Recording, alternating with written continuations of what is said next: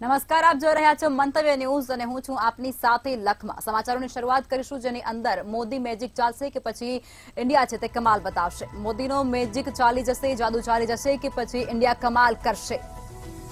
વિશ્વની સૌથી મોટી ચૂંટણીનો એક્ઝિટ પોલ થોડી જ વારમાં સામે આવશે। એક્ઝિટ પોલના આધારે મળશે જનતાના મિજાજની ઝાંખી। એક્ઝિટ પોલ હવે થોડીક જ ક્ષણમાં સામે આવશે। 543 બેઠકો પૈકી કોને મળશે જનતાના કેટલા આશીર્વાદ? કયો પક્ષ મેજિક ફિગર નજીક તેનો આવશે અંદાજો। થોડી જ ક્ષણમાં એક્ઝિટ પોલમાં સમગ્ર અંદાજો જોવા મળશે। મોદીનો મેજિક ચાલશે, જાદુ ચાલશે કે પછી ઇન્ડિયા ગઠબંધન કમાલ કરશે? સાથે જ વિશ્વની સૌથી મોટી ચૂંટણીનો એક્ઝિટ પોલ હવે થોડીક જ વારમાં તમારી સમક્ષ આવશે। એક્ઝિટ પોલના આધારે મળશે જનતાના મિજાજની ઝાંખી।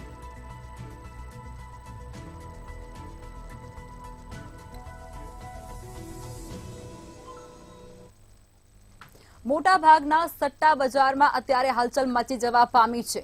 આ સમાચાર મળી રહ્યા છે। મોટા ભાગના સટ્ટા બજારમાં અત્યારે કાંટાની ટક્કર જોવા મળી રહી છે। સમાચાર મળ્યા જેમાં ફ્રોદી સટ્ટા બજારમાં ભાજપને 253 સીટ મળી રહી છે તે પ્રમાણેની જાણકારી મળી છે। સાથે જ પાલનપુર સટ્ટા બજારમાં ભાજપને 126 સીટ, સાથે જ ફ્રોદી સટ્ટા બજારમાં ઇન્ડિયા ગઠબંધનને 246 સીટ, સાથે જ પાલનપુર સટ્ટા બજારમાં ઇન્ડિયા ગઠબંધનને 225 જેટલી સીટ મળ્યા હોવાની જાણકારી સામે આવી રહી છે। મળશે તેવું અનુમાન છે તે લગાવવામાં આવી રહ્યું છે। આ સાથે જ બેલગામ સટ્ટા બજારમાં એનડીએને સીટો મળી શકે છે 200 ઉપર। સાથે જ બેલગામ સટ્ટા બજારમાં ઇન્ડિયા ગઠબંધનને 230 જેટલી સીટ મળી શકે છે। સાથે જ પાલનપુર સટ્ટા બજારમાં ભાજપને 126 સીટ મળવાનો અંદાજ છે સામે આવી રહ્યો છે।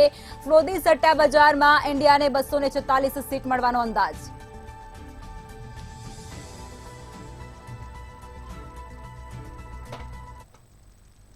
તો આ તરફ એનડીએ પણ જીતનો દાવો કરી રહ્યું છે। આ જાણકારી મળી રહી છે જેની અંદર એનડીએ દ્વારા પણ જીતનો દાવો વ્યક્ત કરવામાં આવી રહ્યો છે। ગઠબંધન દ્વારા જીતનો દાવો વ્યક્ત કરાયો। સાથે જેપી નડ્ડાએ કહ્યું કે એનડીએ આ વખતે 400 પાર કરશે। આ સાથે જ એનડીએ જીતનો દાવો વ્યક્ત કર્યો છે। જેપી નડ્ડા દ્વારા નિવેદન આપવામાં આવી ચૂક્યું છે જેની અંદર તેઓએ સ્પષ્ટતા કરી છે કે એનડીએ ગઠબંધન છે તે 400 ને પાર જઈ રહ્યું છે। તો જેપી નડ્ડા દ્વારા આ નિવેદન આપવામાં આવ્યું અને જેની અંદર તેઓએ જણાવ્યું છે કે એનડીએ છે તે હવે જીતને સમક્ષ છે। જીતનો દાવો છે તે તેમના દ્વારા વ્યક્ત કરાયો છે।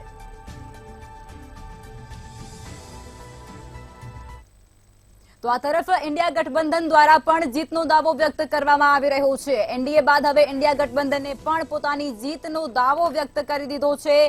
ત્યારે ઇન્ડિયા ગઠબંધનને મળશે 295 જેટલી બેઠકો તેવું ખડગે દ્વારા કહેવામાં આવી રહ્યું છે। કોંગ્રેસના અધ્યક્ષ મલ્લિકાર્જુન ખડગે દ્વારા ઇન્ડિયા ગઠબંધન જીતશે તે પ્રકારનો દાવો કરવામાં આવી રહ્યો છે। આ સાથે જ 295 જેટલી બેઠકો મેળવી અને ઇન્ડિયા ગઠબંધન જીતશે તે પ્રકારનો દાવો ખડગે દ્વારા કરવામાં આવી રહ્યો છે। તો એનડીએ બાદ હવે ઇન્ડિયા ગઠબંધન પણ એવું કહી રહ્યું છે કે અમે જીતીશું। જીતનો દાવો તેમના દ્વારા પણ વ્યક્ત કરાયો। दुनिया के सबसे बड़े लोकतंत्र भारत के सबसे बड़े चुनाव उत्सव का 7वां चरण पूरा हुआ है और यह सबसे बड़े लोकतंत्र का सबसे बड़ा चुनाव हुआ। मेरा पूरा विश्वास है कि भारत के मतदाता प्रधानमंत्री मोदी जी के नेतृत्व में मेरी पार्टी, हम सबकी पार्टी भारतीय जनता पार्टी को 370 से ज्यादा सीटें देंगे और एनडीए 400 पार करेगी। इस विश्वास के साथ मैं भारत के इस लोकतंत्र के चुनाव में भाग लेने वाले सभी लोगों को बहुत बहुत धन्यवाद देता हूं। लोगों में कंफ्यूजन नहीं होना और वो जो नैरेटिव देने की कोशिश कर रहे हैं उसको हमने सच्चाई इस देश के लोगों को बताना चाहते हैं। इंडिया गठबंधन कम से कम 295 सीटें प्लस 295 से ज्यादा आएंगे, कम तो नहीं आएंगे। ये हमने आकलन किया कि सभी हमारे नेताओं से पूछने के बाद ये एक आंकड़ा हमारे पास मिला है। જુઓ પરિણામ પહેલા એક્ઝિટ પોલ 2024ની લોકસભા ચૂંટણીના પરિણામ પહેલા એક્ઝિટ પોલ થોડી જ વારમાં જાહેર થશે એક્ઝિટ પોલના આંકડા કયા પક્ષને કેટલી સીટો મળી રહી છે તે પ્રમાણેની જાણકારી આવશે સામે આ વખતે કોની સરકાર બનશે તે પણ મોટો સવાલ છે કારણ કે કાંટાની ટક્કર અનેક સ્થળો પર જોવા મળી દેશમાં કોને મળશે કેટલી બેઠકો તેના પર પણ નજર કરવામાં આવશે ગુજરાતમાં કોને કેટલી બેઠકો મળવાની છે તે પણ એક મોટો સવાલ છે કારણ કે કાંટાની ટક્કર ગુજરાતની અનેક બેઠકો પર જોવા મળી હતી આ સાથે જ ક્ષત્રિય આંદોલન ભાજપને કેટલું નડશે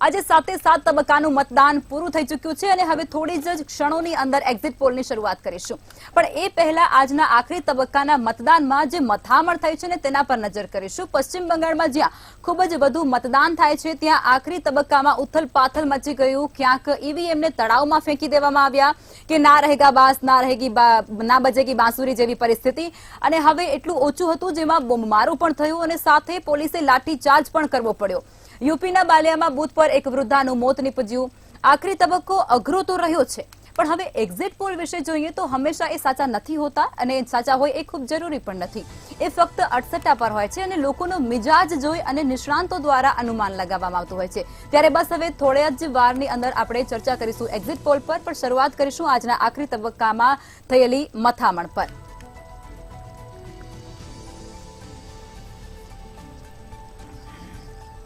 તો આજ મુદ્દે આપણી સાથે ચર્ચામાં રાજુભાઈ શુક્લ જોડાયા છે ભારતીય જનતા પાર્ટીમાંથી સાથે જ વિજયભાઈ આહિર રાજકીય વિશ્લેષક જોડાઈ ચૂક્યા છે પ્રફુલભાઈ ત્રિવેદી જોડાયા છે મંતવ્ય ન્યૂઝના એસોસિએટ એડિટર સર આજે જે આખરી તબક્કાનું મતદાન પણ પૂર્ણ થઈ ચૂક્યું છે પરંતુ મથામણ બહુ થઈ છે શું કહેશો લખમાં આ વખતે ચૂંટણી ઘણી લાંબી ચાલી છે 7 ફેજ ગયા વખતે હતા આ વખતે છે પરંતુ આ વખતે જે એપ્રિલમાં ચાલુ થઈ એ છેક જૂન સુધી ચાલી છે અને ગરમી ખૂબ પડી રહી છે અત્યારે અને ગરમીના કારણે લોકો ત્રાહિમામ પોકારી ગયા છે ઉત્તર ભારતના રાજ્યોની અંદર તમે જુઓ તો માણસ ગરમીના કારણે ટપોટપ મરી રહ્યા છે ગઈકાલે ચૂંટણી સાથે સંકળાયેલા કર્મચારીઓ સહિત 40 જેટલા લોકોને લૂ લાગી ગઈ હતી એટલે એ તીવ્ર ગરમીની અંદર અને તીવ્ર ગરમીની વચ્ચે અત્યારે રાજકીય પારો પણ ઊંચો ગયો છે કેમ કે આજે છેલ્લા તબક્કાનું મતદાન હતું અને ત્યારબાદ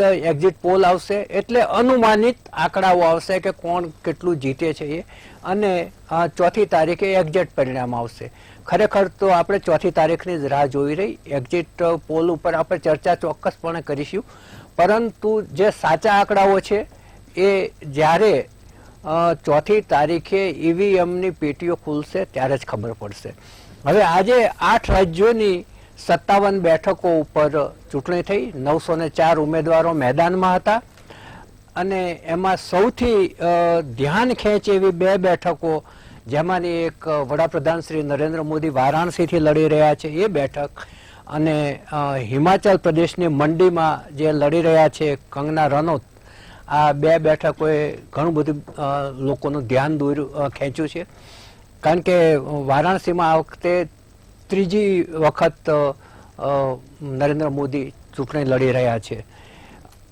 અને 3જી વખત સરકાર બનાવવા પણ જઈ રહ્યા છે તમે હમણાં જ જે આગળ બંને પક્ષોએ દાવા કરતા બતાવ્યા નડ્ડાજી ભાજપના પ્રમુખ અને સામે ખડગે બંને પોતપોતાના જીતના દાવા કર્યા છે હવે આજે જે મતદાન થયું એમાં પટણાની પશ્ચિમ બંગાળની અંદર 2 કે 3 હિંસાની ઘટનાઓ બની છે એક જગ્યાએ ઈવીએમ ઉપાડીને તળાવમાં ફેંકી દીધું છે એક જગ્યાએ બોમ્બ ધડાકો પણ થયો છે ધુમાડા નીકળ્યા છે જો કે બિહાર અને બંગાળમાં ચૂંટણી હોય ત્યારે ફાયરિંગ કે બોમ્બ કે એ બહુ સામાન્ય ગણાતું હોય છે ત્યાં એટલે બીજી વાત કરીએ તો કંગના રનૌત ઉપરાંત આજે ટીએમસીના જે તૃણમૂલ કોંગ્રેસ છે એના મહાસચિવ અભિષેક બેનર્જી પંજાબના પૂર્વ મુખ્યમંત્રી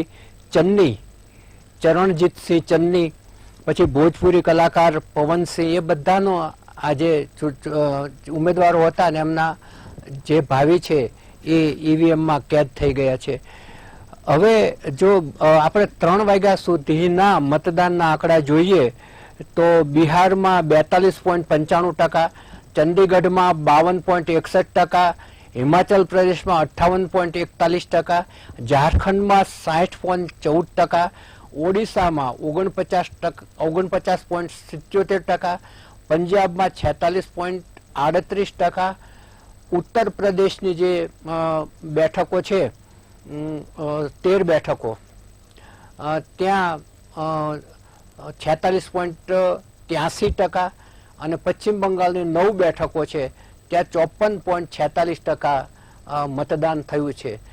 3 વાગ્યા સુધીનું છે એટલે હજી આમાં ઘણો બધો વધારો થશે. પંજાબમાં પણ આજે 13 બેઠકોની ચૂંટણી છે, બિહારમાં 8 બેઠકોની છે, હિમાચલ પ્રદેશમાં 4 બેઠકોની છે, ચંદીગઢમાં 1 બેઠકની, ઓડિશામાં 6 બેઠક અને ઝારખંડની 3 બેઠકની આજે ચૂંટણી યોજાઈ છે. અને મતદારોએ કોના પર પસંદગીનો કળશ ઢોળ્યો છે એ આપણને ચોથીએ ખબર પડશે. બિલકુલ રાજુભાઈ, આજે જે છેલ્લા તબક્કાનું મતદાન થયું છે તેની અંદરથી તમને શું અપેક્ષા છે તમારા પક્ષ માટે? જે પ્રકારે ભારતીય જનતા પાર્ટીનું નેતૃત્વ માનનીય વડાપ્રધાન શ્રી નરેન્દ્રભાઈ મોદી કરી રહ્યા છે અને સમગ્ર દેશની જનતા જે રીતે એમને સાંભળે છે અને એમને સમર્થન કરે છે, તો એ જોતા અત્યારે હાલમાં જેમ પ્રફુલભાઈએ કીધું કે લગભગ એવરેજ કાઢો તો 45 થી 50% અંદરનું અત્યારે મતદાન ચાલુ થયું છે. હજુ 2 કલાક બાકી છે, તો એની અંદર પણ અત્યારે 6 વાગી ગયા છે એટલે મતદાનનો સમય પૂરો થઈ ગયો છે, પણ એવરેજ કાઢીશું આપણે તો લગભગ 60% આસપાસનું મતદાન આવશે. અને દરેક જગ્યાએ આખા ભારતમાં આટલી ગરમી હોવા છતાં પણ 60% જેટલું મતદાન થયું છે. અને નરેન્દ્રભાઈની જંગી જાહેર સભાઓમાં અથવા તો તમે સોશિયલ મીડિયામાં જુઓ અથવા તો તમે કોઈ સમાજના મેળાવડામાં જુઓ, પણ જ્યાં જુઓ તો એક જ સૂત્ર હતું કે અબકી બાર 400 પાર. તો આ જંગી સમર્થન જે રીતે મળી રહ્યું છે એ જોતા એવું લાગે છે કે 4 જૂને ફરીવાર ત્રીજી વખત માનનીય નરેન્દ્રભાઈ મોદી ફરીવાર વડાપ્રધાન પદને શોભાયમાન થશે અને ભારતીય જનતા પાર્ટીની સરકાર બનશે. રાજુભાઈ, 5 વાગ્યા સુધીમાં 58.34% મતદાન થયું છે. 60% જેવું થશે. એમાં બિહારમાં 48.86%. જી રોકવા માંગીશ, મહત્વના સમાચાર આવ્યા છે તેના પર નજર કરી લઈએ. હવે જેલમાં જવું પડશે કેજરીવાલને લઈ અને સૌથી મોટા સમાચાર, કોર્ટમાંથી તેઓને રાહત નથી મળી તે પ્રમાણેની જાણકારી મળી રહી છે. કેજરીવાલને ફરી જેલમાં જવું પડશે, કાલે જ સરેન્ડર કરવું પડશે અરવિંદ કેજરીવાલે. તો કોર્ટમાંથી તેઓને જે અરજી કરી હતી તેમાં રાહત ન મળવાને કારણે તેઓને આવતીકાલે રજૂ થવું પડશે, સરેન્ડર કરવું પડશે. તો અરવિંદ કેજરીવાલને લઈ અને આ સૌથી મોટા સમાચાર અત્યારે સામે આવી રહ્યા છે, જે અંતર્ગત હવે જેલમાં જવું પડશે અરવિંદ કેજરીવાલને. જી વિજયભાઈ, આજના જે તબક્કો અંતિમ પૂર્ણ થયો છે એટલે કે હવે 7 તબક્કા પૂર્ણ થઈ ચૂક્યા છે, પરંતુ આજનો જે છેલ્લો તબક્કો હતો ને તેની અંદર મથામણ પણ ખૂબ જ થઈ છે. તમને શું લાગે છે? લખમાં આજનો જે છેલ્લો તબક્કો હતો એમાં ઓલમોસ્ટ 7 સ્ટેટની અંદર 53 સીટ ચુનાવમાં ગઈ હતી. અને આજે જે ન્યૂઝ આપણે અમુક સાંભળ્યા એ 24 પરગણા જે વેસ્ટ બેંગાલની અંદર એક લોકસભા ક્ષેત્ર છે, ત્યાં કેટલાક એંગ્રી મોબ કહેવાય, ગુસ્સે થયેલ પોલિટિકલી ચાર્જ ટોળું એ પોલિંગ બૂથમાં અંદર ઘૂસી ગયું. ત્યાંથી ઈવીએમ મશીન્સ એણે જબ્બે લીધા અને નજીકના તળાવમાં જઈને એણે પધરાવી દીધા. અને લોકશાહીની અંદર હું નાનો હતો ત્યારે આપણે સાંભળતા હતા કે બૂથ કેપ્ચરિંગના કિસ્સાઓ, પછી મતદાન જે પેટીઓ હોય એને લઈને જે બાહુબલી નેતાઓ લઈને ભાગી જતા હતા, અમુક જે ચિઠ્ઠીવાળા મતો પડેલા હોય એને સળગાવી દેવામાં આવતા હતા, એની અંદર શાહી નાખી દેવામાં આવતી હતી. એ વસ્તુઓ એકંદરે આપણે 3-4 ઇલેક્શનથી ક્યારેય સાંભળી નથી. પણ આજે ફરીથી એ જ નાનપણની જે ભયાવહ યાદો લોકશાહીની અગેન્સ્ટમાં છે કે વોટર્સના વોટને નિસ્તે નાબૂદ કરી દેવો પોતાના ખુદના સેલ્ફિશ મોટિવ માટે એ અમુક પાર્ટીઝ હજી પણ કરી રહી છે. એ જોઈને આપણને એક જાતનું દુઃખ થાય. એક જાગૃત નાગરિક તરીકે આપણને એમ થાય કે ભાઈ લોકશાહીનું સૌથી મોટું પર્વ જે ઇલેક્શન છે એમાં પણ કેટલાક હિત શત્રુઓ, લોકશાહીના હિત શત્રુઓ કોઈક ને કોઈક રીતે હવનમાં હાડકા નાખવા જેવી આવી પોલિંગ બુથ કેપ્ચર કરવાની, ઈવીએમ મશીન તોડી પાડવા, એવી કોઈક ને કોઈક હરકતો કરતા રહે છે. પણ આવી ઘટનાઓને બાદ કરતા એકંદરે આ 7 તબક્કામાં આટલું લાંબુ ચાલેલું ઇલેક્શન સુવ્યવસ્થિત રૂપે પાર પડેલું છે. ગરમી આ વખતે લખમાં જબરજસ્ત હતી. આપણે સર્વે અનુભવ કરી રહ્યા છીએ કે ઇન્ડિયા કેવા હીટ વેવમાંથી પસાર થઈ રહ્યું છે. અને એમાં આપણે સર્વે એક there should be a round of applause કે પછી એક કોઈક એવી ઇવેન્ટ રાખવી જોઈએ. જેવી રીતે કોરોનામાં આપણે જે હેલ્થ વર્કર્સને સેલ્યુટ કર્યું હતું, એમને આપણે બિરદાવ્યા હતા, એવી રીતે પોલિંગ બૂથના જે પોલિંગ એજન્ટ્સ છે એને આપણે સર્વે બિરદાવવા જોઈએ. તમે જુઓ યુપીમાં એકલામાં ખાલી હીટ વેવને કારણે ઓલમોસ્ટ 15 થી ઉપર પોલિંગ એજન્ટ્સના ડેથ થયા છે. એટલે તમે જુઓ કે આમની આ લોકશાહીના સૌથી મોટી ઇવેન્ટને સુવ્યવસ્થિત રૂપે પાર પાડવા માટે કેટલું મોટું યોગદાન છે આ મશીનરીનું. આપણે પક્ષો એકબીજા પોતાના મોટિવ સર કરવા માટે ઇલેક્શન કમિશનને કોઈક ને કોઈક રીતે ખરું ખોટું સંભળાવતા હોય છે. જી વિજયભાઈ, રોકવા માંગીશ, મહત્વના સમાચાર સામે આવી રહ્યા છે, ખૂબ જ મોટા સમાચાર છે, એના પર નજર કરી લઈએ. આજે અંતિમ તબક્કાનું મતદાન આખરે પૂર્ણ થઈ ચૂક્યું છે. 7મા તબક્કાનું અને અંતિમ મતદાન આજે પૂર્ણ થયું છે. 5 વાગ્યા સુધીમાં 49.68% જેટલું મતદાન થયું હોવાનું આંકડા પણ જાણવા મળી રહ્યા છે. 5 વાગ્યા સુધીમાં ઓડિશામાં 62.46% જેટલું મતદાન થયું છે. આ સાથે જ ચંદીગઢની અંદર 5 વાગ્યા સુધીમાં 62.80% જેટલું મતદાન થયું છે. તો બિહારમાં પણ 5 વાગ્યા સુધીમાં 48.86% જેટલું મતદાન થઈ ચૂક્યું છે. આ આંકડા સત્તાવાર રીતે સામે આવી રહ્યા છે, જેમાં 5 વાગ્યા સુધીના આંકડા જાહેર થયા છે. ઝારખંડની અંદર 5 વાગ્યા સુધીમાં 67.75% મતદાન થયું છે. પંજાબની વાત કરવામાં આવે તો 5 વાગ્યા સુધીમાં પંજાબમાં 55.20% મતદાન થયું છે. 5 વાગ્યા સુધીમાં ઉત્તર પ્રદેશમાં 54% મતદાન થયું છે. 5 વાગ્યા સુધીમાં હિમાચલ પ્રદેશમાં 66.56% જેટલું મતદાન થયું છે. 5 વાગ્યા સુધીના આ આંકડા સામે આવી રહ્યા છે, જે અંતર્ગત પશ્ચિમ બંગાળની અંદર 70.89% મતદાન થઈ ચૂક્યું છે. જી વિજયભાઈ, આપની વાત મૂકો. હા, તો એ જ કહેવાનો ભાવાર્થ છે કે જે રીતે પોલિંગ એજન્ટ્સ અને ઇલેક્શન કમિશને સુવ્યવસ્થિત રૂપે આ આટલું મોટું ઇલેક્શન પાર પાડ્યું છે. 543 બેઠકો ઉપર આટલા બધા રજિસ્ટર્ડ વોટર્સ અને 900ની ઉપરના ઉમેદવારો વચ્ચે ઇલેક્શન કરવાવું આઈ થિંક દુનિયાનું સૌથી મોટામાં મોટી પોલિટિકલ ઇવેન્ટ કહી શકાય, જે ઇન્ડિયામાં જે અત્યારે ઇલેક્શન ચાલી રહ્યા છે.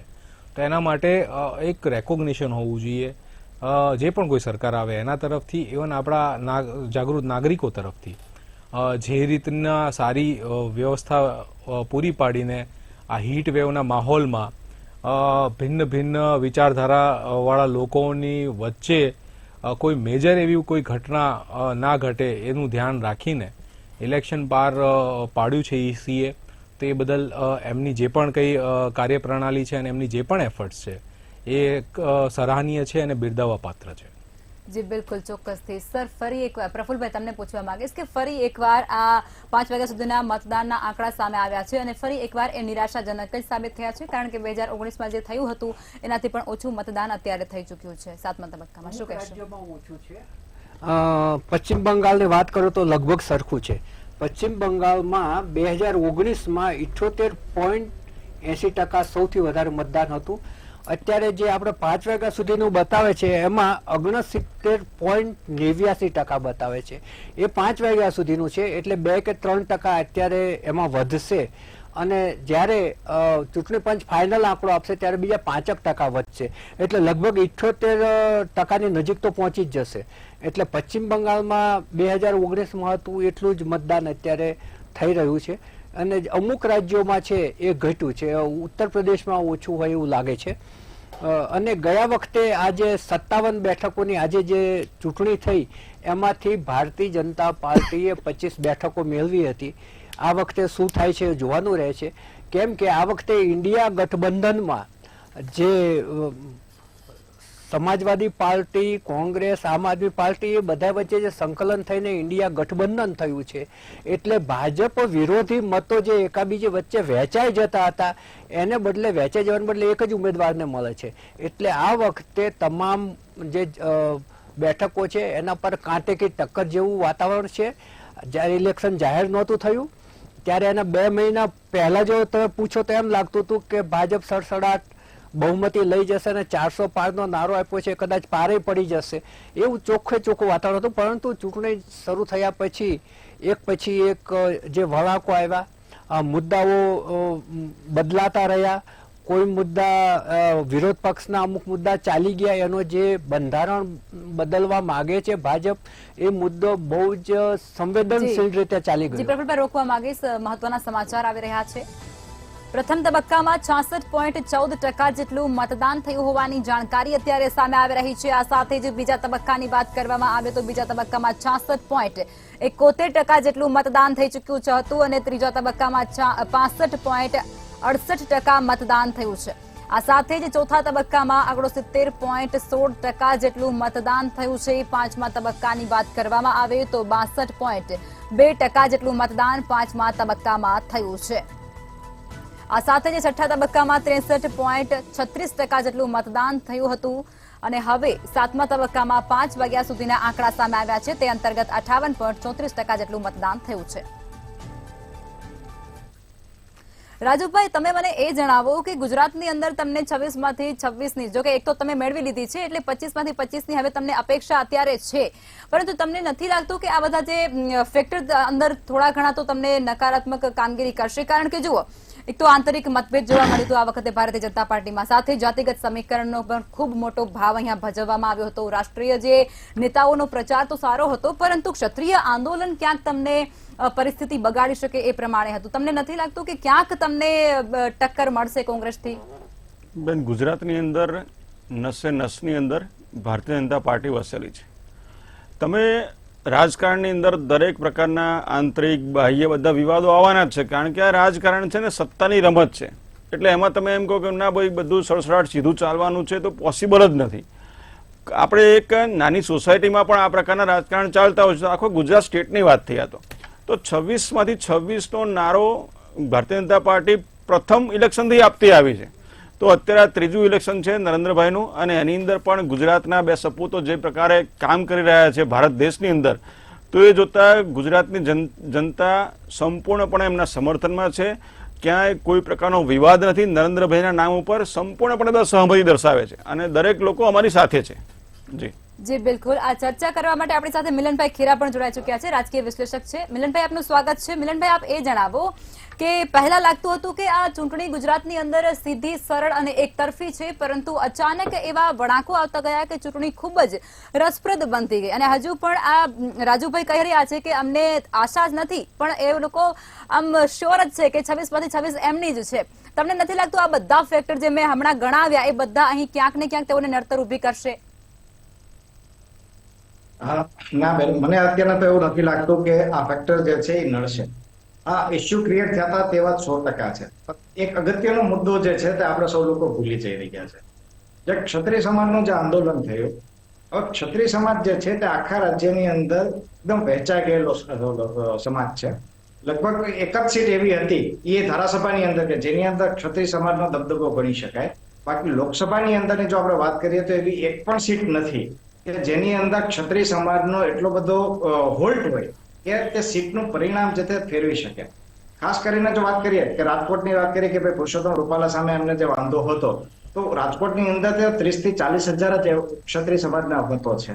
ત્યારે 15 લાખ કરતા વધારેનું વોટિંગ થતું હોય ત્યારે 30,000 મતનું એટલું બધું વેરિએશન આવે એ ફેર નથી પડતો. એનું મુખ્ય કારણ એ છે કે જે ભાજપની જે જીત થતી હોય છે એ ખૂબ મોટા પ્રમાણમાં મોટા માર્જિનથી થતી હોય છે.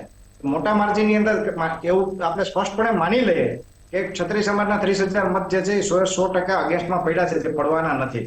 છતાં પણ પડે છે એવું માની લઈએ તો ફક્ત ભાજપની જે લીડ છે એ લીડ કટ થશે. પણ એને બાદ કરતા ક્યાંય ગુજરાતની અંદર ભાજપને તકલીફ પડતી હોય એવું મને ક્યાંય નથી દેખાઈ રહ્યું. અને મારું સ્પષ્ટપણે માનવું છે કે હવેની 25 સીટ જે છે તે ભાજપને મળી રહી છે. આનું બીજું એક મુખ્ય કારણ તમને જે પ્રોબ્લેમ્સ હતા એ વાત સાચી છે, પણ આ પ્રોબ્લેમને એન્કેશ કરવાની અંદર કોંગ્રેસ જે છે ક્યાંક ને ક્યાંક નિષ્ફળ ગઈ છે. આ ગુજરાતની ચૂંટણીની વાત કરું તો આખા ગુજરાતની ચૂંટણીમાં મને ક્યાંય એવું નથી લાગતું કે કોંગ્રેસ જે છે તે ઇલેક્શન લડવા માટે સિરિયસ હોય અને સિરિયસલી કોઈ જગ્યાએ ઇલેક્શન લડાતું હોય એવું નથી લાગતું. માત્ર 2 બેઠકો થોડી ઘણી એવી છે કે જ્યાં આગળ એવું લાગતું હતું કે ત્યાં આગળ ઇલેક્શન છે, એક છે બનાસકાંઠાની અને બીજી છે આણંદની, પણ એનાથી ઇલેક્શન જીતી શકે એવી કોઈ વાત નથી મને દેખાતી. થોડુંક ફાઇટિંગ આપે છે, માર્જિન ઘટશે, પણ બીજો કોઈ સીટની હારજીતની અંદર ફેરફાર થઈ શકે એવું મને અત્યારના કે રાજકીય રીતના નથી લાગી રહ્યું કે એનાથી રિઝલ્ટની અંદર કોઈ ફેર પડી શકે. જી બિલકુલ, ચોક્કસથી. વિજયભાઈ, આપ એ જણાવો કે અત્યારે જે આપણી ચૂંટણી ગઈ એની અંદર ગુજરાતની આપણે વાત કરીએ તો જેની અંદર અમરેલી છે, બનાસકાંઠા છે, આણંદ છે, જામનગર છે, સુરેન્દ્રનગર છે, આ બધી બેઠકો ઉપર ખરાખરીનો જંગ હતો અને એવું લાગતું પણ હતું ક્યાંક ને ક્યાંક ખૂબ જ કાંટાની ટક્કર જેવી પરિસ્થિતિ છે. તમને શું લાગે છે, જે પ્રમાણે મિલનભાઈએ જણાવ્યું કે ભાજપને ક્યાંય અને કંઈ જ વાંધો નહીં આવે, એ વાત સાથે તમે સહમત છો ખરા? હાલના તબક્કે જે રીતનું પોલિટિકલ માહોલ ગુજરાતમાં છે, જો ભાજપને કોઈ હરાવી શકે ને તો એ એક જ છે, એ ખુદ ભાજપ. એના સિવાય મને કોઈ નથી લાગતું કે ભાઈ the way things are planning out on the ground ભાજપને કોઈ ચેલેન્જ હોય. આ વખતે બહુ બધા મુદ્દા હતા. આપે કીધું ક્ષત્રિય આંદોલન પણ એક મુદ્દો હતો. સાથે સાથે જો પ્રજાની અંદર એક જાતની ઇલેક્શનને પ્રત્યે એક ના કહેવાય કે ભાઈ lack of enthusiasm, water turnaround ગયા વખત કરતાં ઓછો થયેલો હતો. જો જે વિપક્ષે કોંગ્રેસે અમુક જે મુદ્દા ઉપાડેલા હતા, આપણે ચલો એક તબક્કે એવું માની લઈએ કે ભાઈ ક્ષત્રિય આંદોલન હતું, that was not politically back movement. હાલાકી બહુ બધા વિડીયોઝ ને આતે આપણે બધા જોઈ રહ્યા છીએ કે ભાઈ somewhere the politics was involve into it, તો પણ છતાં આપણે એવું માની લઈએ કે નહોતું, એ સ્વયંભૂ આંદોલન રોકવા માંગીશ, નાનકડા વિરામનો સમય થઈ ચૂક્યો છે. ચર્ચાને આગળ વધારતા રહીશું, પરંતુ અત્યારે સમય એક નાનકડા વિરામનો થયો છે. વિરામ બાદ તુરંત જ મળીએ છીએ.